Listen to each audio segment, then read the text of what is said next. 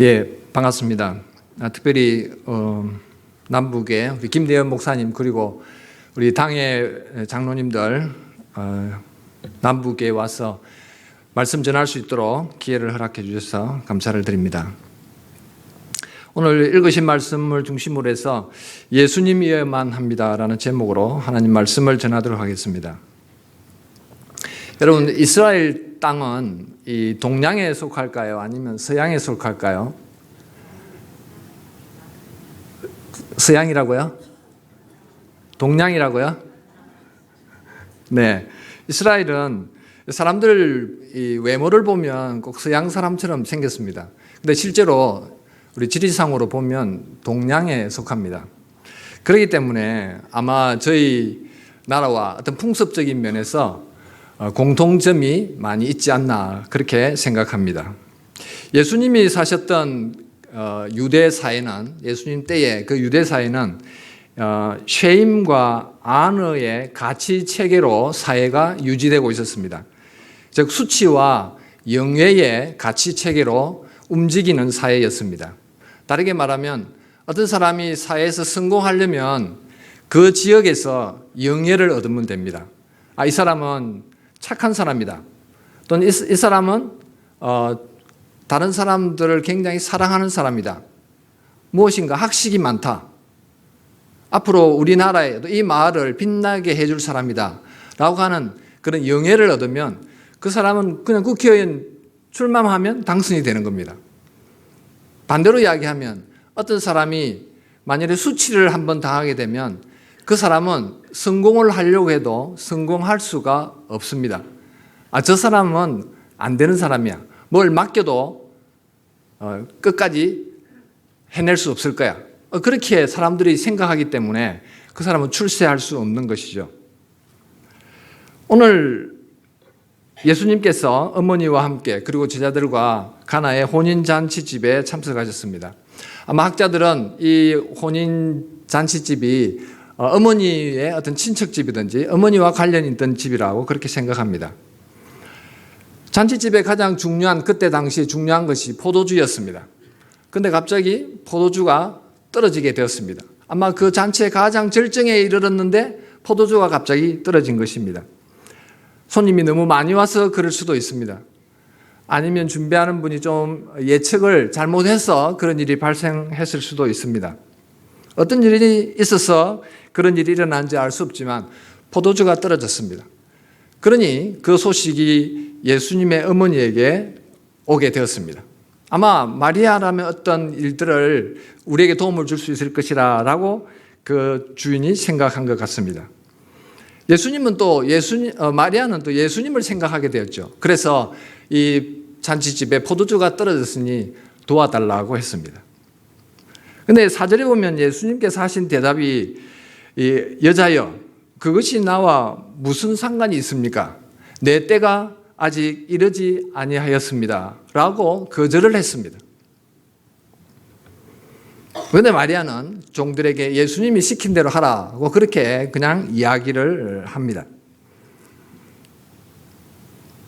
여기 보면 내 때가 아직 이르지 아니하였습니다. 라고 예수님이 말씀을 하시면서 거절을 했는데 여기 내 때란 말은 내가 어떤 이적을 행하든지 기적을 행함으로 인해서 사람들이 주목하게 되고 그래서 유대인들이 나를 적대시하게 되면 어떤 하나님의 전체의 계획에서 내가 십자가에 못 박혀서 죽는 그 전체 일정에 차질이 올 수 있다고 하는 것입니다. 여러분, 이 세상에서 누가 고집이 가장 센지 아십니까? 안시성을 가진 분, 또 강시성을 가진 분, 최시성을 가진 분을 이야기합니다. 그러니까 사실 이 세상에서 가장 고집 센 사람이라고 하면 좀 그렇지만 가장 고집 센 분은 하나님이십니다. 그리고 또 예수님이시죠. 하나님과 예수님은 한번 작정하시면 그 고집을 꺾지 않습니다. 우리가 아무리 예수님 안 믿으려고 고집을 부리고 도망을 다녀도 끝내 예수님의 고집에 꺾여서 예수님께 항복하고 하나님께 항복하게 되듯이 말입니다. 근데 이렇게 고집이신 예수님이 오늘은 갑자기 처음에는 여자여 그것이 나와 무슨 상관이 있습니까? 내 때가 아직 이르지 아니했습니다 라고 했는데 조금 후에 보면 언제 그 말씀 하셨는가 싶을 정도로 이제는 기적을 행하시고 그래서 그 잔치집에 포도주를 다시 제공하는 것을 우리는 볼 수 있습니다. 그래서 이 본문을 읽을 때 우리에게 관심이 되는 것은 왜 예수님이 그 고집 세신 분이 왜 이렇게 갑자기 고집을 꺾으시고 또 그분의 어떤 전체 구원의 일정 속에서 위험이 될 수 있는 그 일정이 깨어질 수 있는 그런 위험이 있음에도 불구하고 그분의 마음을 바꾸셨는가 하는 것입니다. 그래서 오늘 저희들은 왜 예수님이 일정을 수정하셨는가라는 질문을 던지면서 그 질문에 두 가지 정도 답변을 찾아보려고 합니다. 제가 생각하는 첫 번째 답변은 예수님은 인생이 당면한 현실적인 문제를 보시고 지나칠 수 없으셨다는 것입니다. 여러분 조금 전에 그때 예수님 때의 유대 사회의 가치 체계에 대해서 말씀을 드렸습니다. 새롭게 출발하는 신랑 신부가 수치를 당하게 되면 어떻게 되겠습니까? 이 사람들은 앞으로 그 사회에서 성공할 수 없는 사람이 되고 말 것입니다. 예수님은 이렇게 낭패를 당한 새롭게 출발하는 이 가정을 생각하셨습니다. 뿐만 아니라 또 그 잔치집의 주인을 생각하셨습니다. 학자들에 의하면 만일에 잔치집에 손님을 초대해서 손님들에게 낭패를 끼치게 하거나 큰 수치를 느끼게 하거나 어쨌든 불편함을 끼치게 되면 만일 그 중에 한 사람이 이 관아에 고소를 하게 되면 그 주인이 그때 당시에 감옥에 갇히게 되었다고 합니다. 그만큼 엄한 것입니다. 예수님은 그 잔치집 주인과 그리고 잔치집과 관계된 사람들이 당면한 현실적인 문제를 보시고 지나칠 수 없으셨던 것입니다. 어떤 사람들은 그렇지 않다. 이 예수님의 어머니 마리아의 믿음 때문에 예수님이 마음을 바꾸셨다라고 주장하는 사람도 있습니다. 예수님이 거절했지만 어머니는 하인들에게 그냥 예수님이 시킨 대로 하라고 이렇게 말한 걸 보면 이 마리아의 믿음이 굉장히 대단했다. 그 믿음 때문에 예수님이 마음을 바꾸셨다라고 생각합니다. 또 어떤 사람들은 그 본문에 보면 예수님의 말씀에 철저히 순종한 하인들이 있지 않느냐. 그게 철저히 순종한 하인들이 있는 것을 주님이 아시고 이때야말로 내가 기적을 일으킬 때다 라고 작정하셨다는 것입니다. 그러나 사실은 이러한 마리아의 믿음이나 하인들의 어떤 순종 이것이 예수님의 마음을 바꿨다고 하기에 본문에 분명한 언급이 없습니다. 그리고 또 마지막 11절에 나타나 있는 진술을 보면 이것은 조금 맞지 않는 것 같습니다. 즉 마리아를 높이거나 또는 하인들을 높이는 것이 본문의 정신이 아니고 11절에 보면 예수님을 높이는 것이 본문의 정신입니다. 그래서 우리는 왜 마음을 바꾸셨는가? 예수님에게 초점을 맞춰 보려고 합니다. 예수님은 어떠신 분이십니까? 인생이 당면한 현실적인 문제를 보고 지나치지 않는 분이십니다. 여러분, 이것에 관해서 가장 잘 웅변하고 있는 구절은 마태복음 11장 28절에서 30절 구절입니다. 즉 오늘 본문을 좀 더 넓은 성경에서 넓은 문맥에서 오늘 성경 본문을 바라보는 것입니다.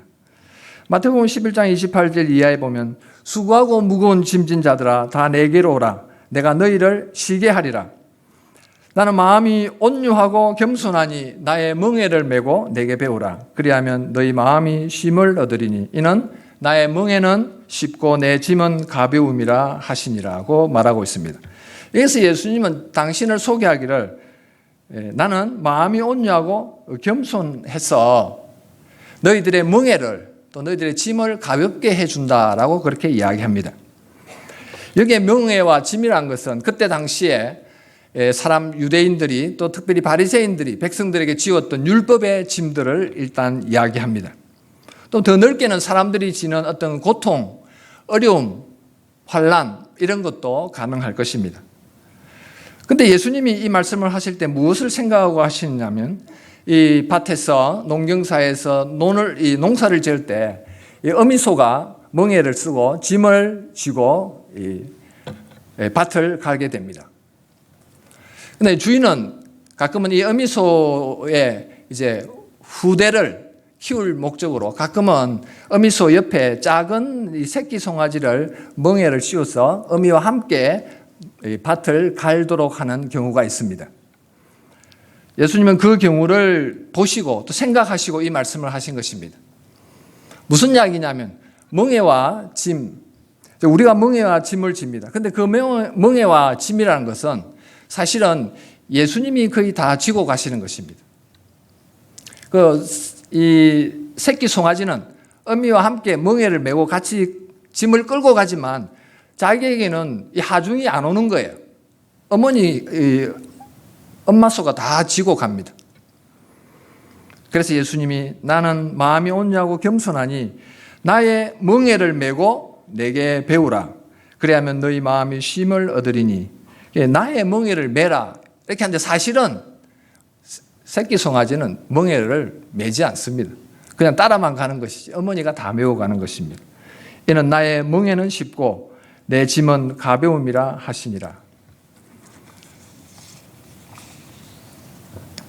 오늘도 예수님은 동일하신 분이십니다. 우리의 현실적인 문제에 무관심하지 않으시고 그냥 지나치지 않는 분이십니다.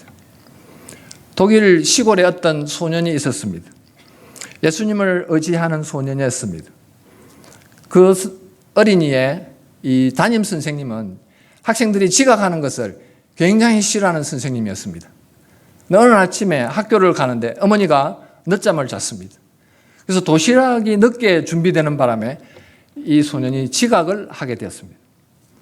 집을 나서서 분명히 지각할 거다라고 생각할 수밖에 없는데 이 소년은 학교를 향해서 뛰어갑니다.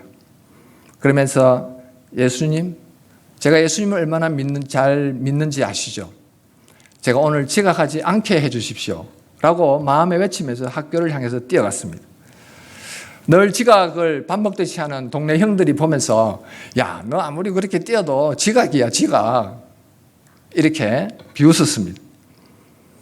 그때 학교의 선생님이 교실 문을 열기 위해서 호주머니에서 이 열쇠를 꺼냈습니다. 그래서 그 잔물통에 열쇠를 집어넣고 돌렸습니다.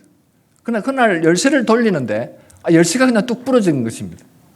그걸 이제 뺄 수가 없는 겁니다. 그래서 선생님이 이 열쇠장이라 열쇠공에게 연락을 해서 열쇠공이 와서 문을 탁 열었습니다. 그때 그 소년이 교실 문 앞에 도착했습니다. 예수님은 우리의 현실적인 문제에 무관심하지 않으십니다. 저희 소호교회가 이번에 365 기도 묵상이라고 하는 인력을 365개의 기도문입니다. 인력을 제작을 했습니다. 여러 가지 교회 공간적인 교육 공간적인 협소함이 있고 또 노후되어 있고 주변에 주민들은 이제 좋은 집들을 이렇게 짓고 들어오는데 교회가 너무 노후되어서 저희들이 좀 새롭게 할 필요가 있다.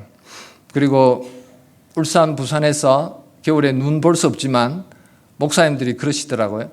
소호에 가면 눈을 볼 수 있다. 그만큼 춥다는 겁니다. 그래서 50mm 판넬로 된 이런 교회당이고 또 사택이고 이래서 저희들이 작년에 한번 시험적으로 한번 살아봤는데 정말 추웠습니다. 그래서 새롭게 우리 교회를 건축하자라고 그렇게 결정을 하고 기금 모금을 위해서 365 기도 묵상집을 만들었습니다. 그런데 어떻게 이것을 만들 것이냐, 또 이것을 어떻게 앞으로 소개할 것이냐, 여러 가지 문제들이 많이 있었습니다. 제가 한 2만 권 정도를 만들어야 안 되겠습니까? 그랬는데 주변에서 큰일 날 소리 한다. 2만 권이 얼마의 분량인지 아느냐?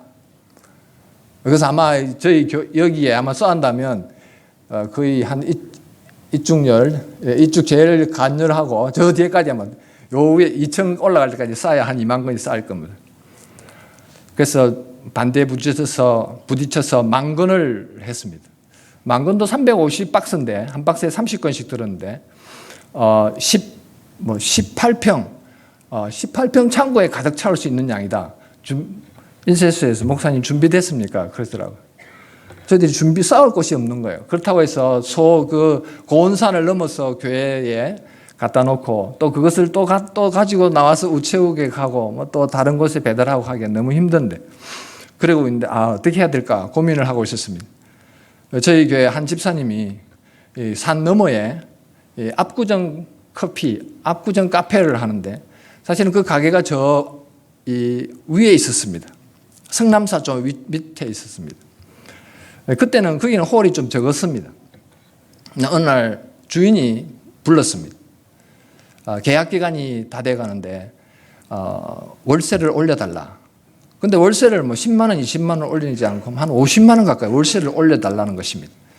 그래서 이 집사님이 너무한다. 우리는 그렇게는 있을 수 없습니다.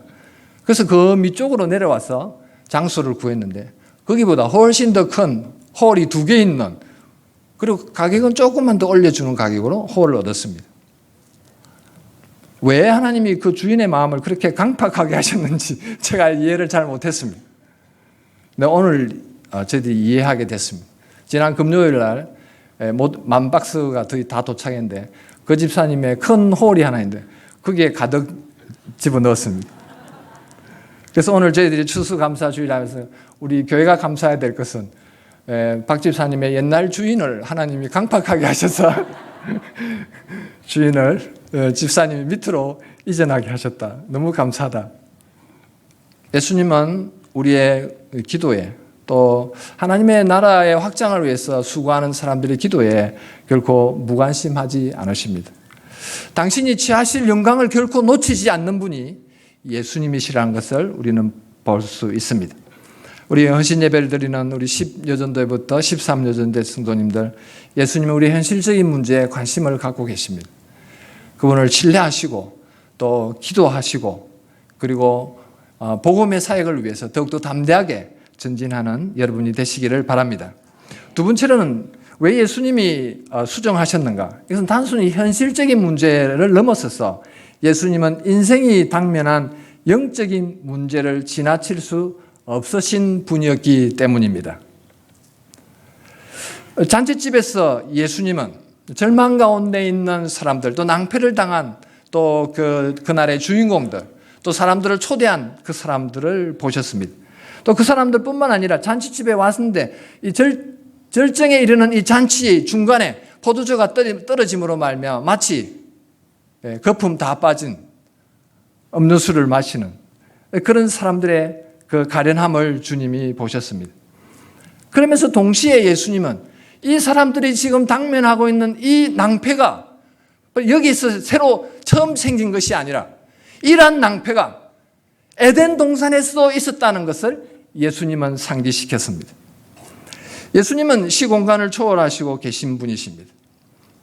이 가나에서 온인 잔치에 있는 이 낭패가 에덴에서 아담과 하와를 하나님이 만드시고 그들에게 안식을 주시고 하나님과 함께 잔치를 벌리는 그것을 누릴 수 있었던, 영원히 누릴 수 있던 이 사람들이 죄를 지음으로 말미암아 그들의 안식을 잃어버리고 행복을 잃어버리고 그 기쁨을 잃어버리고 에덴에서 쫓겨나는 낭패를 당한 아담과 하와와 그리고 그 이후에 나오는 인류의 모습들을 예수님은 이 장소에서 보신 것입니다.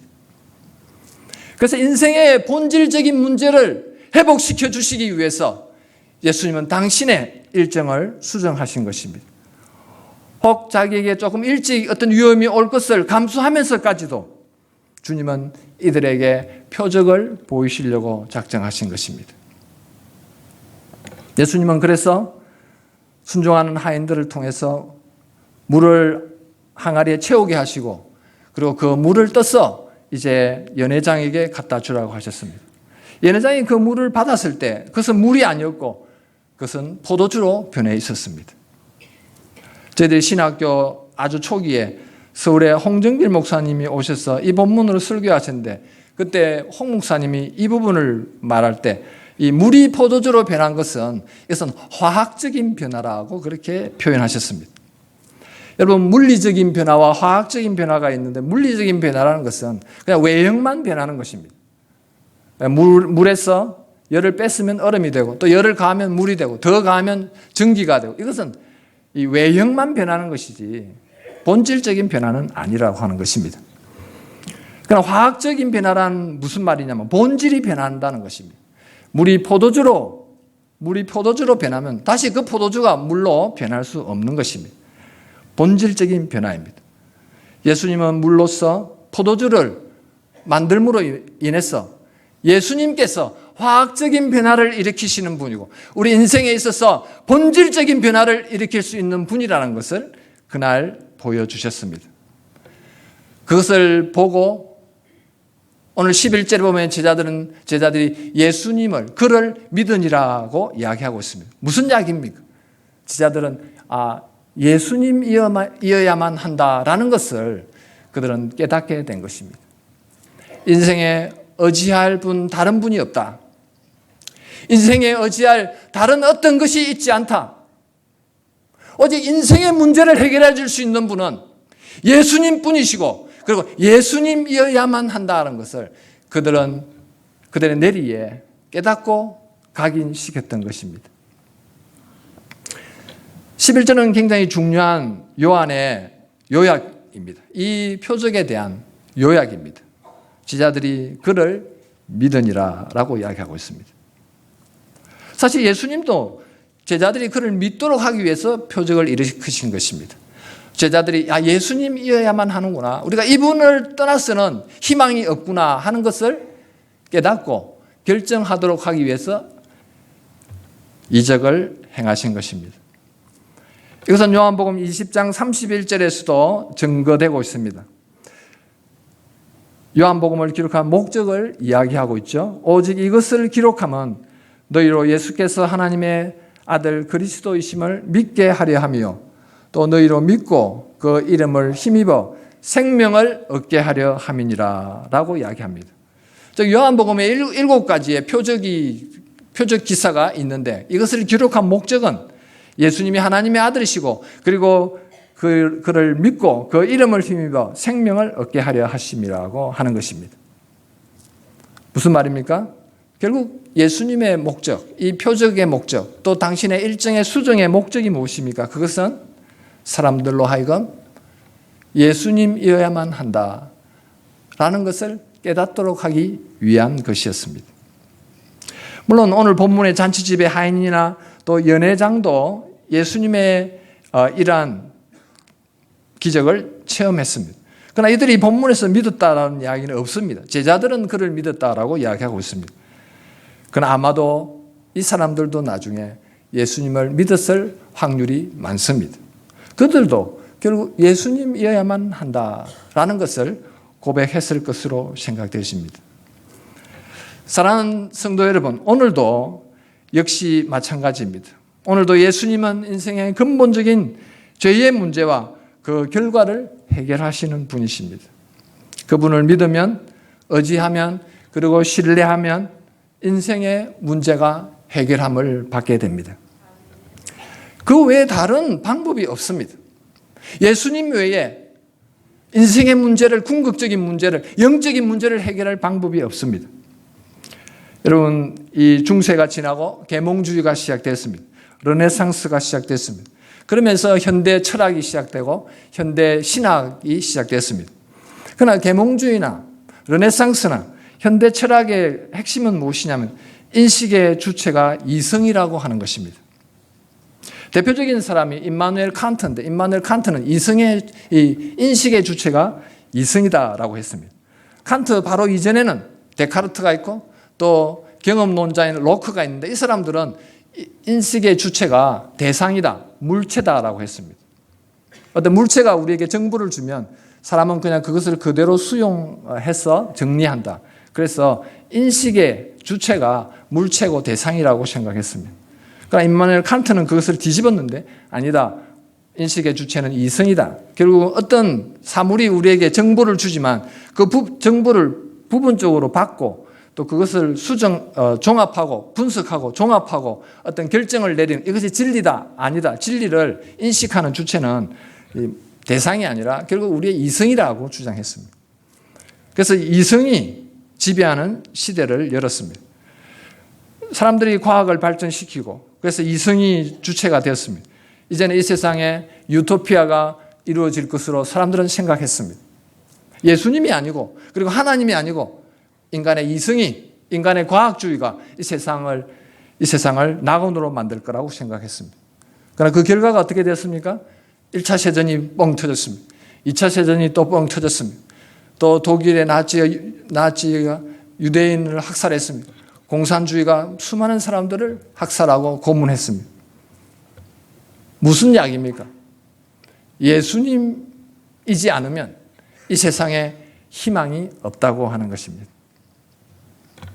서울에 가면 우리들 교회라는 교회가 있는데 김양재 목사님이 있습니다. 여자 목사님이시죠. 이분은 서울의 좋은 대학을 나왔습니다. 그녀의 소원은 의사 남편을 만나는 것이었습니다. 그리고 부잣집 며느리가 되는 것이었습니다. 목사님이 쓴 큐티하는 여자에 나오는 부분입니다. 드디어 의사 남편을 만나고 큰 부잣집의 며느리가 됐습니다. 이제는 불행 끝, 고통 끝, 어려움 끝, 이제는 행복의 하이웨이가 펼쳐질 것으로 생각했습니다. 시집에 가서 그녀가 느꼈던 것은 무엇이냐면 여기에 물질에 명예에 여기에 행복이 있지 않다라고 하는 것이었습니다. 그 시어머니가 그 큰 대궐 같은 집을 깨끗하게 청소하기를 굉장히 원했습니다. 그래서 그 집에는 이 집 청소하는 걸레만 한 20종류의 걸레가 있는데 그래서 바닥 닦는 걸레 그리고 또 예를 들면 테이블 닦는 걸레 난간 닦는 걸레 뭐 이렇게 해서 유리창 닦는 걸레 또 피아노 같이 고가품 닦는 걸레 한 20종류의 걸레가 쫙 있는데 그 걸레를 하루에 새벽 4시부터 밤 잘 때까지 계속해서 닦고 빨고 말리고 닦고 빨고 말리고 이렇게 하는 것입니다. 근데 한 번도 3년 동안 그 일을 했는데 한 번도 시어머니에게 걸레를 잘 빨았고 잘 말려놨다 칭찬받아 본 적이 없다고 합니다. 늘 구박을 받고 좋은 대학 나온 애가 걸레도 하나 제대로 못 빠냐 뭐 늘 이렇게 그래서 노이로제에 걸려서 보통 새벽 3시에 일어나서 걸레가 잘 말랐는지 확인하고 막 말리고 그래서 3년 지나서 이 인생은 이것이 아니구나를 깨달았습니다. 도무지 견딜 수 없어 집을 나와서 기도원으로 올라갔습니다. 그래서 기도하고 주님을 만났습니다. 그리고 다시 집으로 돌아와서 최선을 다해서 시어머니에게 예수님을 전하고 그래서 그분들이 예수님을 믿게 했다고 합니다. 나중에 남편은 일찍 병으로 돌아가셨죠. 그 후에 신학을 하고 목사님이 됐습니다. 여러분, 인생의 문제가 다른데 해답이 있습니까? 없습니다. 예수님이어야만 하는 것입니다. 우리 10여전도부터 13여전에 속한 모든 회원들과 그리고 우리 남북의 모든 성도님들이 분명하게 하셔야 됩니다. 예수님이어야만 한다. 그 외에 대안이 없다. 그래서 결국은 무엇입니까? 우리가 해야 될 일은 예수님을 증거하는 것입니다. 복음을 증거하는 사역에 매진해야만 하는 것입니다. 제가 작년에 소호에 저는 부산 지역이나 조그마한 유학을 갔다 와서 조그마한 신학교에서 학생들을 가르치면서 지내려고 했습니다. 그러다가 유영기 선교사님을 통해서 소호교를 알게 되고 한번 놀러 오라고 해서 소호교를 보았습니다. 처음 갔을 때 할머니 두 분이 계셨습니다. 84세와 79세 할머니 두 분이 계셨습니다. 그래서 제가 또 선배 목사님이 특별히 생각하셔서 소개했는데 그리고 또 저는 또 갈 곳이 없고 그래서 주일날 사실 예배 드리러 갈 곳이 그렇게 마땅치 않더라고요. 그래서 교회가 말씀을 전할 수 있다는, 복음을 전할 수 있다, 예수님을 전할 수 있다는 곳이 있다고 하는 이야기를 듣고 저는 다른 거 생각하지 않고 그렇게 하기로 결정했습니다. 그래서 할머니 두 분과 예배를 시작하고 할머니들로만 채울 수 없다. 동영상이 너무 한번 보시면 좋겠습니다만 할머니만 있을 수 없다. 그래서 동네 이 사람들과 친해지기 위해서 행사들도 많이 했습니다. 가을 음악회도 하고 또 5월 달에는 부모님들 초대해서 이 가정의 하프타임 세미나도 하고 여러 가지를 다 했습니다. 그러면서 동네 사람들하고 친해지고 또 압구정 커피에 데려가서 커피도 사주고 또 성경 공부도 하면서 예수님을 전하게 됐습니다. 사람들이 조금씩 관심을 갖게 됐습니다. 그래서 지금 한 25, 6명 정도 멤버가 되고 특별한 것은 저희들이 주일학교를 새롭게 만들었는데 주일학교 어린이들이 전에는 인구들이 많이 빠져나갔습니다만 지금은 인구들이 들어오고 있습니다. 그래서 저희들 마을에 47명의 어린이가 있고 그중에 산촌 유학센터라고 울산에 살고 부산에 사는, 주로 울산에 많이 삽니다만 산촌에 유학 오는 학생들이 한 15명 됩니다. 그 학생들 합쳐서 한 47명의 학생들이 있습니다. 저희들이 보통 주일에 저희들은 어른들과 어린이 같이 예배를 드리는데 보통 어린이들이 한 20명 가까이 나오고 저희들이 행사를 하면 거의 모든 학생들이 다 나옵니다. 그래서 아마 영상 보셨나요? 예. 성경학교를 하면 저희 장의자 다 밖으로 다 드러내고 하면 가득 찹니다. 오늘 추수감사 주일을 맞이해서 제가 지난주에 어린이들에게 하나님께 드리는 감사의 편지를 좀 써와라 그렇게 했습니다. 한 4학년 학생 안도윤이라는 학생이 오늘 편지를 써왔습니다. to 하나님. 우리 애들은 사실 예수님에 대해서 전혀 모릅니다. 하나도 모릅니다. 올 부활절을 맞아서 우리가 부활절 계란을 만들었습니다. 그래서 페인팅을 하고 이렇게 하는데 원래 그날 페인팅 지도해 주실 분이 불교 신자신데 조금 늦게 왔습니다. 그래서 저희들이 퀴즈를 몇 가지 했습니다. 왜 부활절 계란에 이렇게 페인팅을 합니까? 그러니까 어떤 애가 손을 들었습니다. 답변해 보세요. 네, 예수님이 아래서 태어났기 때문입니다. 여튼 정말 예수님에 대해서 전혀 모르고 하나님에 대해서 전혀 모릅니다.